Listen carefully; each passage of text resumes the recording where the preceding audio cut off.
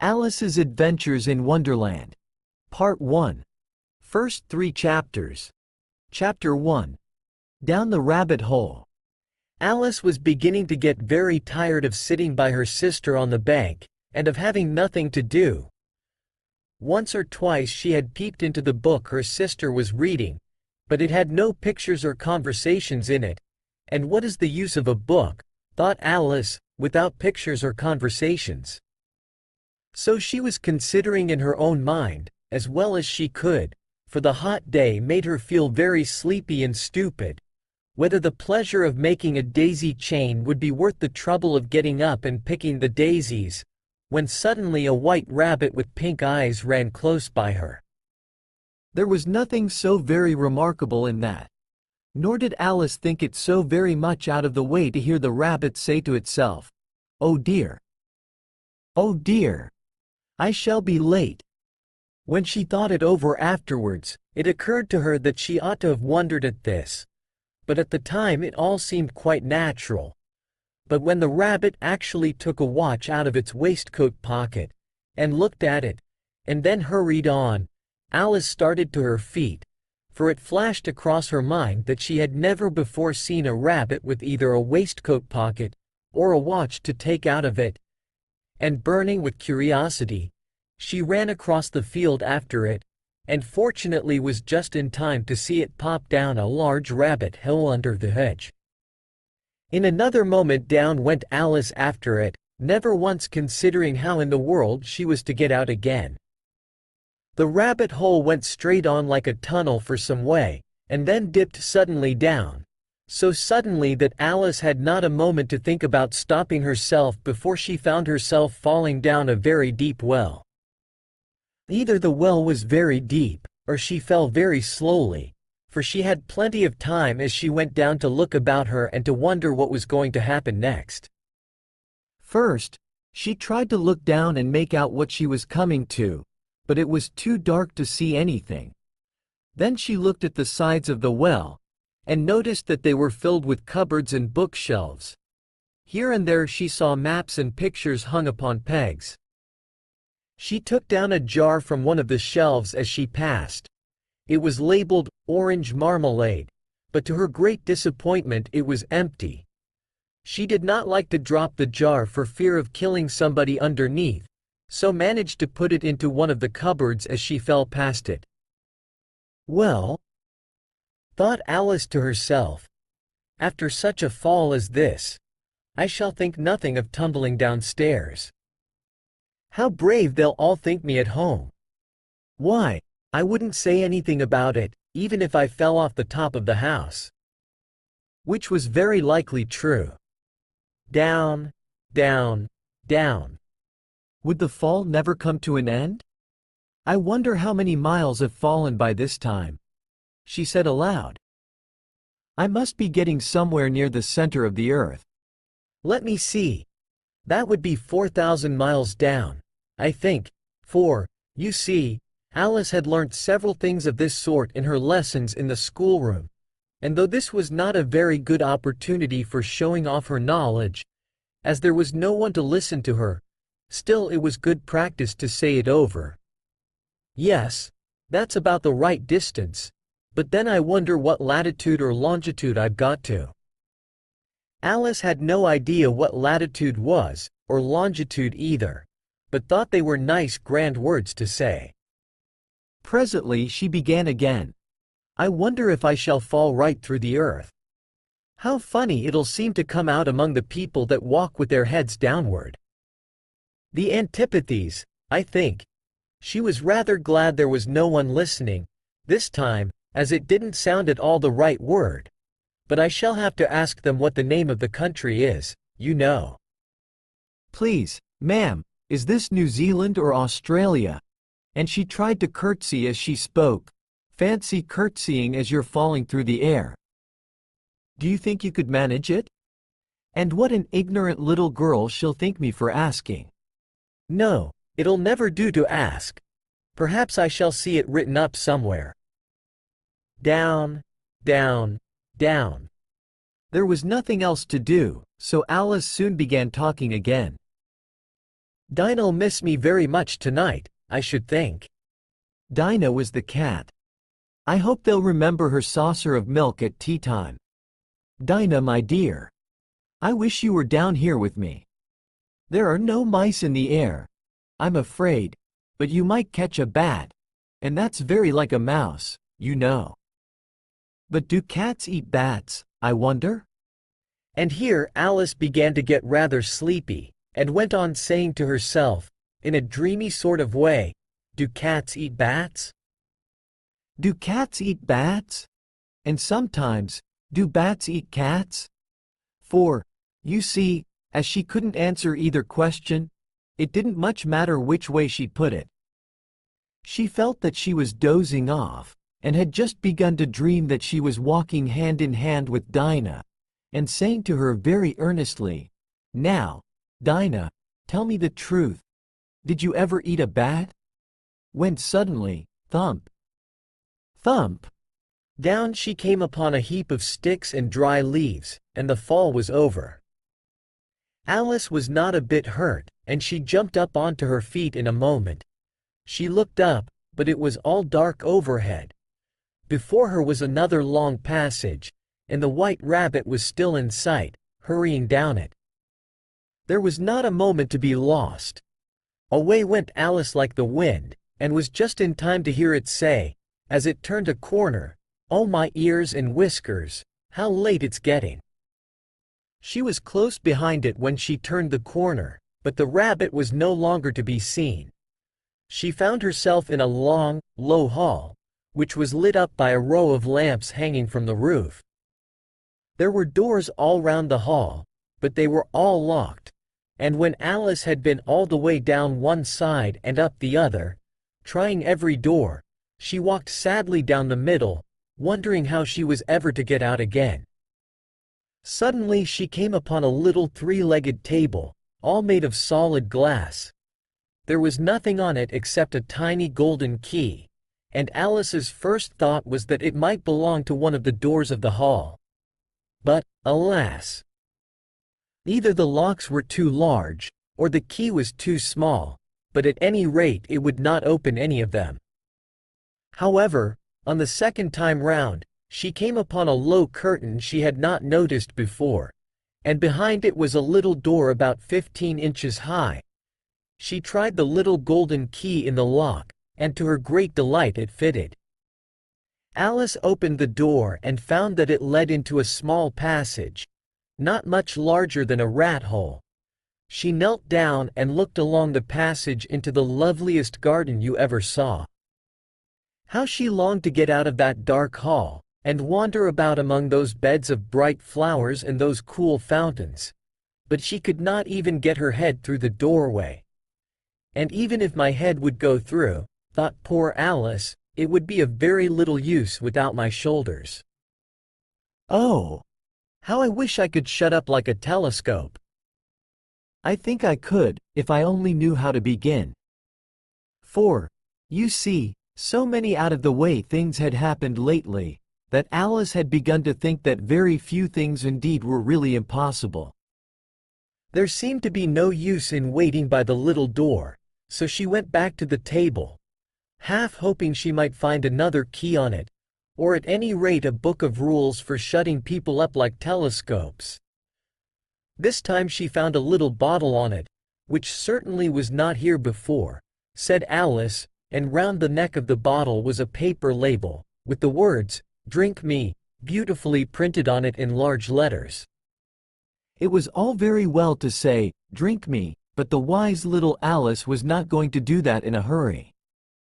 "No, I'll look first," she said, "and see whether it's marked poison or not," for she had read several nice little histories about children who had got burned and eaten up by wild beasts and other unpleasant things, all because they would not remember the simple rules their friends had taught them, such as that a red-hot poker will burn you if you hold it too long, and that if you cut your finger very deeply with a knife, it usually bleeds. And she had never forgotten that, if you drink much from a bottle marked poison, it is almost certain to disagree with you, sooner or later.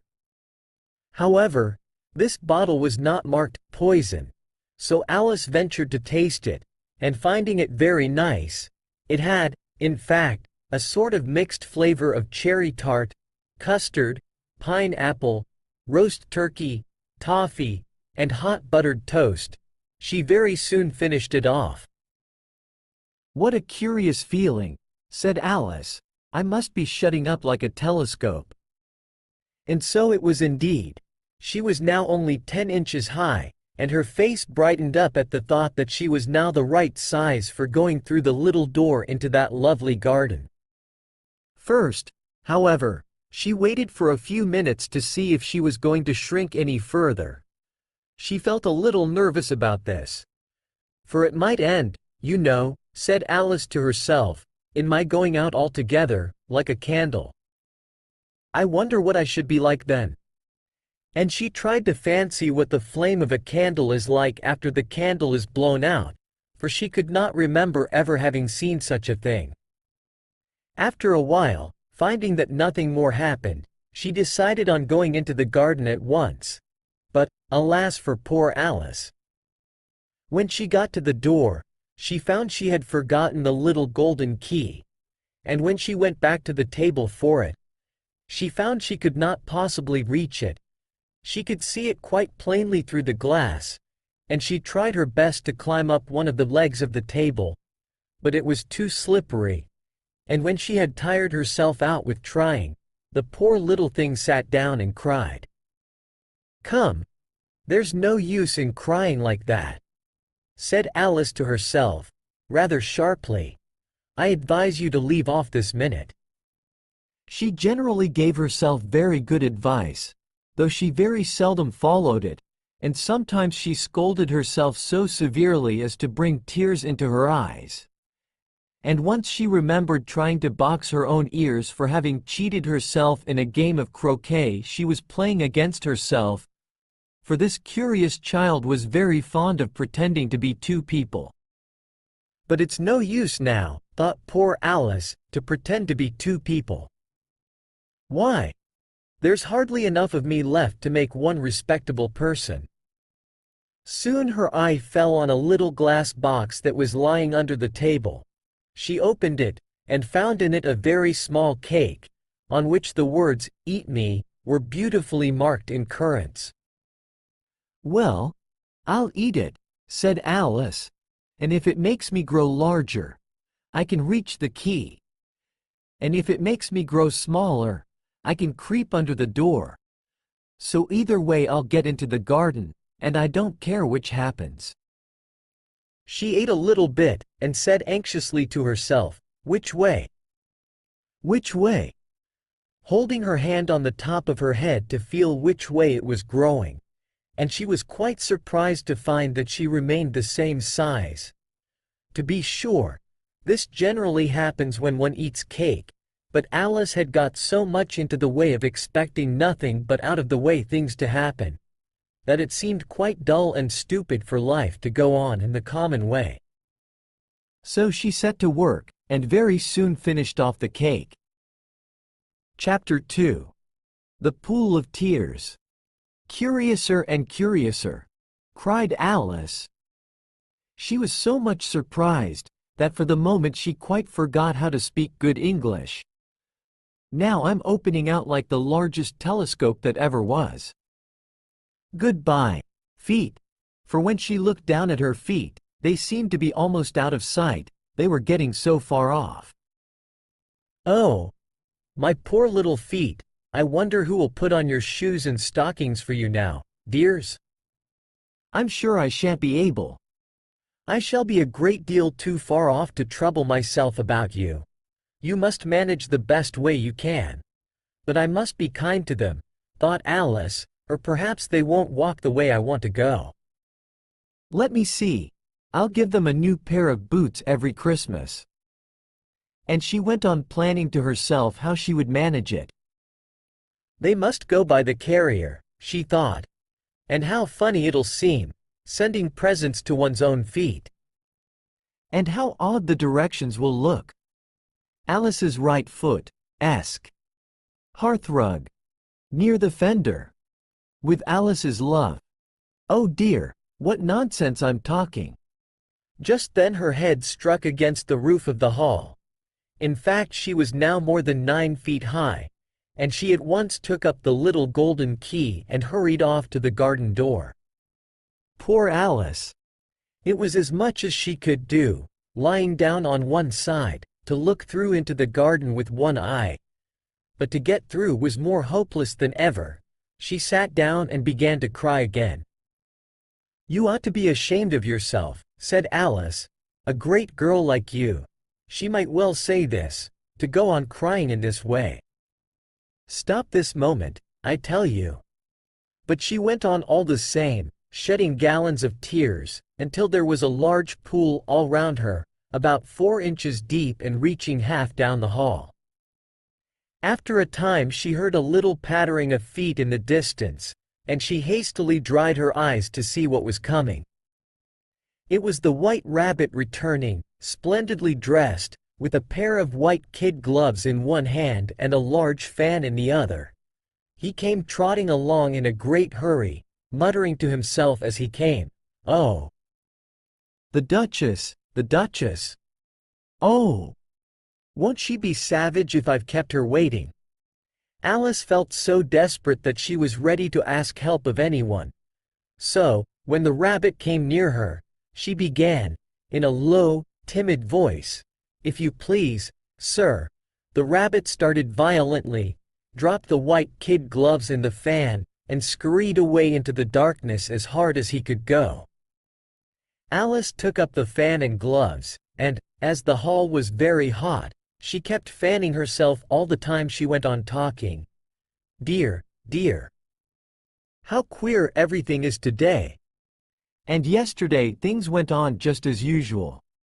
I wonder if I've been changed in the night? Let me think, was I the same when I got up this morning?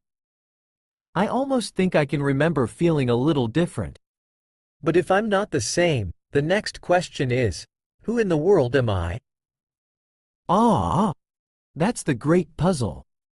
And she began thinking over all the children she knew that were of the same age as herself, to see if she could have been changed for any of them. "I'm sure I'm not Ada," she said, "for her hair goes in such long ringlets, and mine doesn't go in ringlets at all.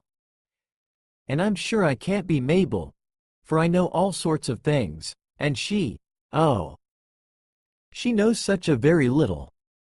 Besides, she's she, and I'm I, and, oh dear, how puzzling it all is. I'll try if I know all the things I used to know. Let me see. 4 times 5 is 12, and 4 times 6 is 13, and 4 times 7 is... Oh dear. I shall never get to 20 at that rate. However, the multiplication table doesn't signify. Let's try geography. London is the capital of Paris, and Paris is the capital of Rome, and Rome... No, that's all wrong, I'm certain. I must have been changed for Mabel. I'll try and say, how did the little, and she crossed her hands on her lap as if she were saying lessons, and began to repeat it, but her voice sounded hoarse and strange, and the words did not come the same as they used to do. How doth the little crocodile improve his shining tail, and pour the waters of the Nile on every golden scale? How cheerfully he seems to grin, how neatly spread his claws, and welcome little fishes in, with gently smiling jaws. I'm sure those are not the right words, said poor Alice, and her eyes filled with tears again as she went on. I must be Mabel after all, and I shall have to go and live in that poky little house, and have next to no toys to play with, and oh, ever so many lessons to learn. No, I've made up my mind about it. If I'm Mabel, I'll stay down here. It'll be no use their putting their heads down and saying, "Come up again, dear." I shall only look up and say, "Who am I then? Tell me that first, and then, if I like being that person, I'll come up, If not, I'll stay down here till I'm somebody else." "But, oh dear," cried Alice, with a sudden burst of tears, "I do wish they would put their heads down. I am so very tired of being all alone here." As she said this, she looked down at her hands, and was surprised to see that she had put on one of the rabbit's little white kid gloves while she was talking. "How can I have done that?" she thought. "I must be growing small again." She got up and went to the table to measure herself by it, and found that, as nearly as she could guess, she was now about 2 feet high, and was going on shrinking rapidly. She soon found out that the cause of this was the fan she was holding, and she dropped it hastily, just in time to avoid shrinking away altogether. "That was a narrow escape," said Alice, a good deal frightened at the sudden change, but very glad to find herself still in existence. "And now for the garden," and she ran with all speed back to the little door. But, alas! The little door was shut again, and the little golden key was lying on the glass table as before. "And things are worse than ever," thought the poor child, "for I never was so small as this before, never. And I declare it's too bad, that it is." As she said these words her foot slipped, and in another moment, splash! She was up to her chin in salt water. Her first idea was that she had somehow fallen into the sea, and in that case I can go back by railway, she said to herself. Alice had been to the seaside once in her life, and had come to the general conclusion that wherever you go to on the English coast you find a number of bathing machines in the sea, some children digging in the sand with wooden spades, then a row of lodging houses, and behind them a railway station. However, she soon made out that she was in the pool of tears which she had wept when she was 9 feet high. "I wish I hadn't cried so much," said Alice, as she swam about, trying to find her way out. "I shall be punished for it now, I suppose, by being drowned in my own tears. That will be a queer thing, to be sure. However, everything is queer today." Just then she heard something splashing about in the pool a little way off, and she swam nearer to make out what it was. At first she thought it must be a walrus or hippopotamus, but then she remembered how small she was now, and she soon made out that it was only a mouse that had slipped in like herself. Would it be of any use, now, thought Alice, to speak to this mouse? Everything is so out of the way down here, that I should think very likely it can talk. At any rate, there's no harm in trying. So she began, "Oh mouse, do you know the way out of this pool? I am very tired of swimming about here, oh mouse." Alice thought this must be the right way of speaking to a mouse. She had never done such a thing before, but she remembered having seen in her brother's Latin grammar, "A mouse, of a mouse, to a mouse, a mouse, oh mouse." The mouse looked at her rather inquisitively, and seemed to her to wink with one of its little eyes, but it said nothing. "Perhaps it doesn't understand English," thought Alice. "I dare say it's a French mouse, come over with William the Conqueror." For, with all her knowledge of history, Alice had no very clear notion how long ago anything had happened. So she began again, "O est ma chat," which was the first sentence in her French lesson book. The mouse gave a sudden leap out of the water, and seemed to quiver all over with fright. "Oh, I beg your pardon," cried Alice hastily, afraid that she had hurt the poor animal's feelings. "I quite forgot you didn't like cats." "Not like cats?" cried the mouse, in a shrill, passionate voice. "Would you like cats if you were me?" "Well, perhaps not," said Alice in a soothing tone. "Don't be angry about it. And yet I wish I could show you our cat Dinah. I think you'd take a fancy to cats if you could only see her. She is such a dear quiet thing," Alice went on, half to herself, as she swam lazily about in the pool, and she sits purring so nicely by the fire, licking her paws and washing her face, and she is such a nice soft thing to nurse, and she's such a capital one for catching mice." "Oh, I beg your pardon," cried Alice again, for this time the mouse was bristling all over, and she felt certain it must be really offended. "We won't talk about her any more if you'd rather not." "We indeed," cried the mouse, who was trembling down to the end of his tail. "As if I would talk on such a subject. Our family always hated cats. Nasty, low, vulgar things." "Don't let me hear the name again." "I won't indeed," said Alice, in a great hurry to change the subject of conversation. Are you fond of dogs?" The mouse did not answer, so Alice went on eagerly. "There is such a nice little dog near our house I should like to show you. A little bright-eyed terrier, you know, with such long curly brown hair. And it'll fetch things when you throw them, and it'll sit up and beg for its dinner, and all sorts of things. I can't remember half of them, and it belongs to a farmer, you know, and he says it's so useful. It's worth £100. He says it kills all the rats and, oh dear," cried Alice in a sorrowful tone, "I'm afraid I've offended it again." For the mouse was swimming away from her as hard as it could go, and making quite a commotion in the pool as it went. So she called softly after it, "Mouse dear, do come back again, and we won't talk about cats or dogs either, if you don't like them." When the mouse heard this, it turned round and swam slowly back to her. Its face was quite pale, with passion, Alice thought, and it said in a low trembling voice, "Let us get to the shore, and then I'll tell you my history, and you'll understand why it is I hate cats and dogs." It was high time to go, for the pool was getting quite crowded with the birds and animals that had fallen into it. There were a duck and a dodo, a lory and an eaglet, and several other curious creatures.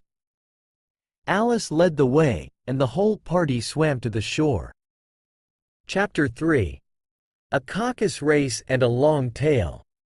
They were indeed a queer-looking party that assembled on the bank, the birds with draggled feathers, the animals with their fur clinging close to them, and all dripping wet, cross, and uncomfortable. The first question, of course, was, how to get dry again. They had a consultation about this, and after a few minutes it seemed quite natural to Alice to find herself talking familiarly with them, as if she had known them all her life. Indeed, she had quite a long argument with the lory, who at last turned sulky, and would only say, "I am older than you, and must know better." And this Alice would not allow without knowing how old it was, and, as the lory positively refused to tell its age, there was no more to be said. At last the mouse, who seemed to be a person of authority among them, called out, "Sit down, all of you, and listen to me. I'll soon make you dry enough." They all sat down at once, in a large ring, with the mouse in the middle. Alice kept her eyes anxiously fixed on it, for she felt sure she would catch a bad cold if she did not get dry very soon. "Ahem," said the mouse with an important air, "are you all ready? This is the driest thing I know. Silence all round, if you please." William the Conqueror, whose cause was favored by the Pope, was soon submitted to by the English, who wanted leaders, and had been of late much accustomed to usurpation and conquest. Edwin and Morcar, the Earls of Mercia and Northumbria. "Oh," said the lory, with a shiver. "I beg your pardon," said the mouse, frowning, but very politely. "Did you speak?" "Not I," said the lory hastily. "I thought you did," said the mouse. "I proceed. Edwin and Morcar, the Earls of Mercia and Northumbria, declared for him, and even Stigand, the patriotic Archbishop of Canterbury, found it advisable. "Found what?" said the duck. "Found it," the mouse replied rather crossly. "Of course you know what it means." "I know what it means well enough. When I find a thing," said the duck, "it's generally a frog or a worm. The question is, what did the Archbishop find?" The mouse did not notice this question, but hurriedly went on. "Found it advisable to go with Edgar Atheling to meet William and offer him the crown." William's conduct at first was moderate. "But the insolence of his Normans! How are you getting on now, my dear?" it continued, turning to Alice as it spoke. "As wet as ever," said Alice in a melancholy tone. "It doesn't seem to dry me at all." "In that case," said the dodo solemnly, rising to its feet, "I move that the meeting adjourn, for the immediate adoption of more energetic remedies." "Speak English," said the eaglet. "I don't know the meaning of half those long words, and, what's more, I don't believe you do either." And the eaglet bent down its head to hide a smile. Some of the other birds tittered audibly. "What I was going to say," said the dodo in an offended tone, "was, that the best thing to get us dry would be a caucus race." "What is a caucus race?" said Alice. Not that she wanted much to know, but the dodo had paused as if it thought that somebody ought to speak, and no one else seemed inclined to say anything. "Why," said the dodo, "the best way to explain it is to do it. And, as you might like to try the thing yourself, some winter day, I will tell you how the dodo managed it. First it marked out a race course, in a sort of circle. The exact shape doesn't matter, it said, and then all the party were placed along the course, here and there. There was no 1, 2, 3, and away, but they began running when they liked, and left off when they liked, so that it was not easy to know when the race was over. However, when they had been running half an hour or so, and were quite dry again, the dodo suddenly called out, 'The race is over,' and they all crowded round it, panting, and asking, 'But who has won?' This question the dodo could not answer without a great deal of thought, and it sat for a long time with one finger pressed upon its forehead, the position in which you usually see Shakespeare, in the pictures of him, while the rest waited in silence. At last the dodo said, 'Everybody has won, and all must have prizes.' 'But who is to give the prizes?' quite a chorus of voices asked. 'Why, she, of course,' said the dodo, pointing to Alice with one finger. And the whole party at once crowded round her, calling out in a confused way, 'Prizes! Prizes!' Alice had no idea what to do, and in despair she put her hand in her pocket, and pulled out a box of comfits. Luckily the salt water had not got into it, and handed them round as prizes. There was exactly 1 apiece, all round. 'But she must have a prize herself, you know,' said the mouse. 'Of course,' the dodo replied very gravely. 'What else have you got in your pocket?' he went on, turning to Alice. 'Only a thimble,' said Alice sadly. 'Hand it over here,' said the dodo. Then they all crowded round her once more, while the dodo solemnly presented the thimble, saying, 'We beg your acceptance of this elegant thimble.' And, when it had finished this short speech, they all cheered. Alice thought the whole thing very absurd, but they all looked so grave that she did not dare to laugh, and, as she could not think of anything to say, she simply bowed, and took the thimble, looking as solemn as she could. The next thing was to eat the comfits. This caused some noise and confusion, as the large birds complained that they could not taste theirs, and the small ones choked and had to be patted on the back. However, it was over at last, and they sat down again in a ring, and begged the mouse to tell them something more. You promised to tell me your history, you know, said Alice, and why it is you hate C&D, she added in a whisper, half afraid that it would be offended again.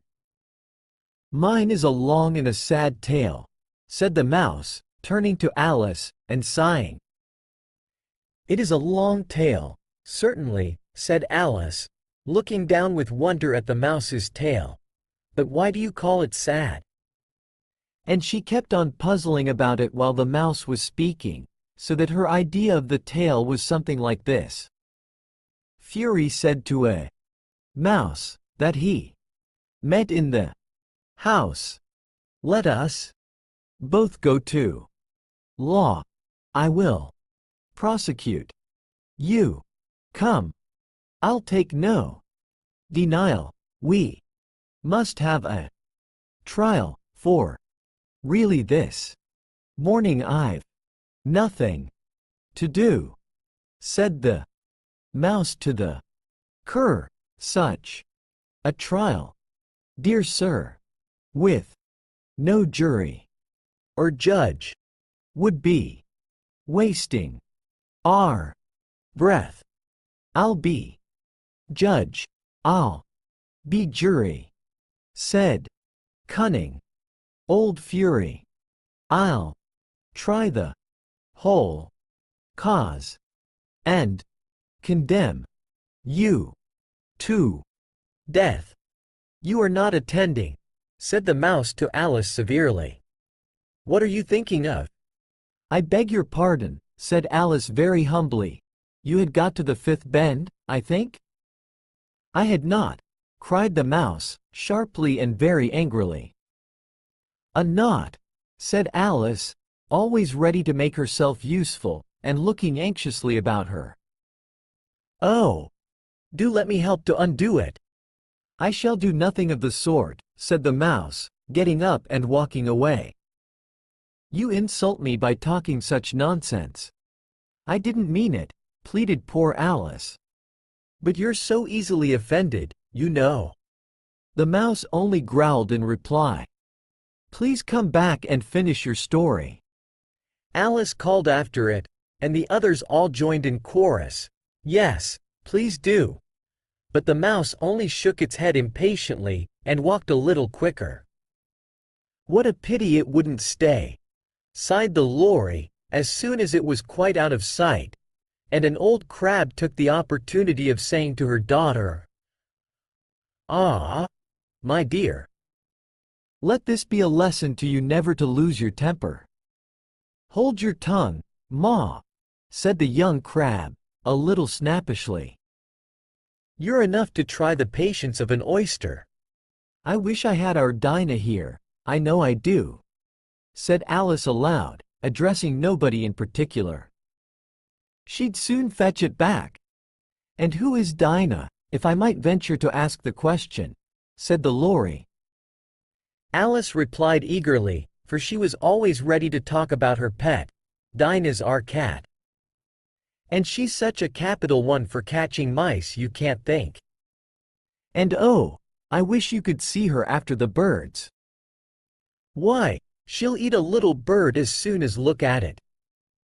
This speech caused a remarkable sensation among the party.